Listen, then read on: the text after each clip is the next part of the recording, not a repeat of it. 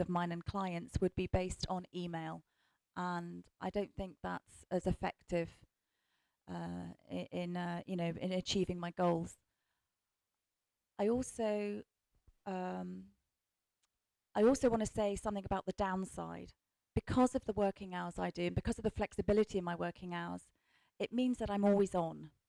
So people really need to understand that you have to be disciplined. You have to have your own self-discipline to say, okay, from this period, I'm not going to be working, I'm not on. I even have to block my calendar for a few hours in the day. And I do need to sleep, right? I couldn't be efficient if I was just working around the clock. So discipline is very important when you're working flexible hours. The other thing is, nobody's coming to me saying, Jackie, how many hours have you worked this week? Just make sure you do your 35 hours. Now, I work in an experience role, and therefore, there is an expectation that I will do the job I need to do well. And so, I have the flexibility to do those hours, but what I'm paid on is really achieving the goal. What is the outcome of what the hours that I'm working? It's really irrelevant. It's get the job done and get the job done well. So it really does depend on the kind of job you do, the management support you have as well. It's very important. On a personal level, like similar to Tatiana, I'm actually a single mum. I have 2 young sons. They are my priority. The goal in my life is not to work, it's to play. I work to play, not play to work. My career is important to me because it gives me the financial independence, and also I'm a role model for my sons. So I want them to know that you can have it all. You can have a fulfilled life. They are my priority, so it means that we eat together, we sit down and have dinner together, we have breakfast together. I'm there for them for their homework, but they also understand that actually, I actually have a career as well, and I have that balance. But it is up to you, the individual, to find that balance. Otherwise, you can get to the point where you're working all hours, and the flexi working hours actually become inflexible. So that's just my story, and I'd like to now hand over to Angela. Thank you very much. These stories very much resonate with my experience. I'm a mother of 2 and a grandmother of 2, and I've worked flexi time for the last 40 years. I also felt very strongly that if I were going to work flexi time, so should every member of my company. So for the last 40 years, we've had 160 women working flexi time, if that's what they've wanted to do, and taking maternity leave and then coming back again. I'd like to cover off a couple of points which I don't believe have been fully covered yet, but otherwise I'm in absolute agreement with all the points that have been made. They're very valid.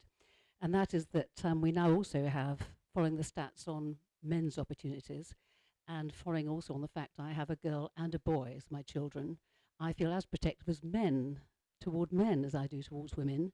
And I'm very thrilled that my son and son-in-law have the opportunity of taking paternity leave, shared paternity leave.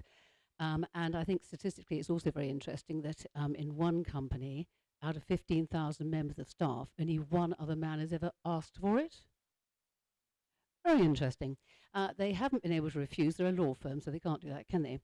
So he's doing that thing, and I'm thrilled that my family has had this opportunity and that at last it's come in. As far as flexi time is concerned in the UK, bearing in mind the fact that we work across a very wide number of companies, very large and international as well as very small, I think in small companies it can create a real issue. If you're under 10 people and you have maternity leaves and flexi time, it can be quite testing for the owner to be able to cover off what's required. So much as they might wish to make this available, it can be very testing for them. But on the other side, and balancing on the positive side, I think where women have the opportunity of having flexi time, it's such a plus for them that they just don't take advantage of the opportunity. They're so thrilled to have job shares, which is what it often is, I've even had people take it in turns to have babies so that they can nurse each other's clients while the other one's away. I'm not sure how planned it was and how much cooperation their husbands had in the whole matter. It's just the way it worked out. 5 women in the same team all had babes one after the other, and they're all back together again, having had 2 children each. So I think it's something for the sisterhood of women that this can happen. Um, and I think that just about covers us, except for the one thing, which is that I think things achieve a respectability if you have someone who's, broadly speaking, seen as being respectable. I hope I am. Being a role model and following these procedures, it suddenly stops being weird and starts being what you do. And the moment it starts being what you do, you get away from just what is legal and what you have to do, and it turns into the spirit of carrying out the attitude toward women and toward men in their employment. And I think carrying out the spirit is when things really start to work and happen for everyone. Thank you very much.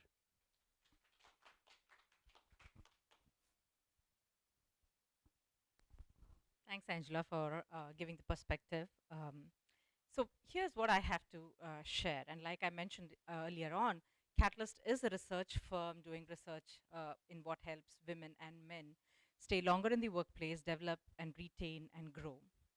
And what we have seen that is that in this fast-paced work environment, where almost everybody is expected to be accessible, even if you're not working, you're expected to be accessible 24 bar 7, and especially if you're in technology companies or if you're in a senior position, that becomes twice as much important.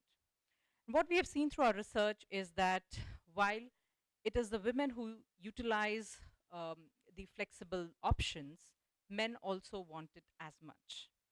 What we've also seen is that when flexible options are provided, the aspirations of women is to reach the CEO suite is about 90%, while if the flexible options are not provided, it drops to about 54%. Clearly a drop of over 30% if you do not provide flexible options. Having said that, there are two aspects to it. While employees love flexible options of various kinds that are available, employers are there to do business and they want productivity and work to have happened. So if you look at it from two different lenses, when you look at it from the lens of an employer, the employer wants work to be done. And hence, a lot of organizations have gone from the way of defining which work can be done from where and when. There are organizations which have allowed flexi timings in terms of when you can come into the workplace and when you can go out from the workplace, and what are your critical hours to be in the workplace, which plays an important role because you can then plan the rest of your work time based on your other works or other life challenges that you have in a day. Similarly, there are some roles which cannot be on a flexi option, or it cannot be a work from home if that is something which the organization is looking at. What is important in all these flexible choices that are available for an organization to offer and for an employee to take is the most important is communication. Telling upfront to the employee that in this role, what is the option that is available to you helps the employee make right choices and take right decisions. In India, we have seen in our research about 87% of the multinational companies offer some kind of flexible policies, with about 95% of them providing you late coming and early going kind of an option. While most of them have that in the policy papers, implementation is something which is not tracked very often. Along with implementation tracking comes how is your performance management managed, because it is very important for the culture change to happen when you are offering flexi timings or any kind of flexible work arrangements to your employees. In a culture which is predominantly face time versus productivity, it is important for the managers to be coached and trained on understanding productivity irrespective of where the person is. Whether you're sitting in front of your desk in the office or you're sitting in front of your desk at home, how work is happening and how much of work is happening in the given time is most important. And that change has to happen. From a employee perspective, or a seeking employment perspective, I often advise people who come to me is that don't say upfront that I'm looking to work only 5 hours a day or I want to work flexibly. Because for an employer, the way he or she listens to it is the person is not going to really put in the best foot forward if the person is not committed to work. I agree, all of us need flexible options and all of us have benefited a lot from flexible options. The same request can be put in different ways in terms of saying, I would commit to ensure that the day's productivity is not affected by the kind of flexibility that I need. Make it clear to the employer before you join, but make sure that you put the work ahead of your personal needs, especially when you are appearing for an interview. That takes you a long way to make sure that you are speaking honestly to your employer and for your employer to understand your commitment to work. And it is not that the work is an afterthought and your personal life is priority. That makes a lot of difference for a lot of employers today, especially when downsizing or productivity norms are on the rise everywhere.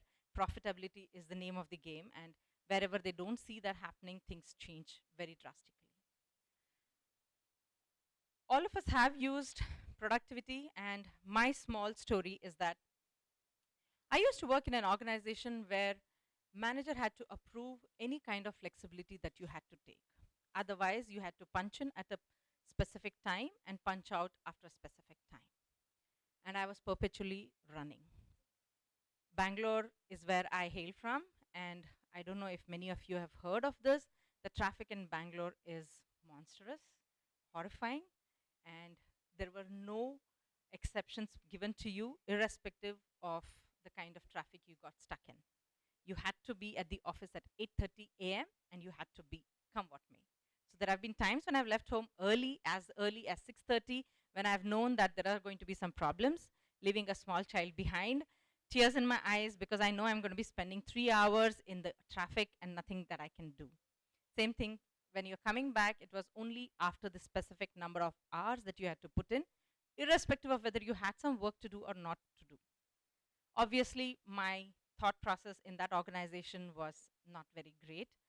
While the productivity was good because you were measured on productivity, would I actually think of going the extra mile and doing everything that required to complete my job? If I think back now, no.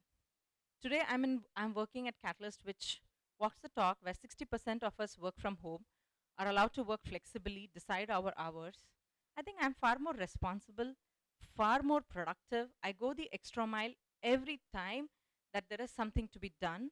I do new things. I'm more innovative. I'm more accessible, reachable, and everything. And I simply believe that is because I have been given the responsibility for the work hours that I am putting and the for achieving the goals that has been set out for me in agreement with me. That's what I had to share. Happy to take questions. Thank you.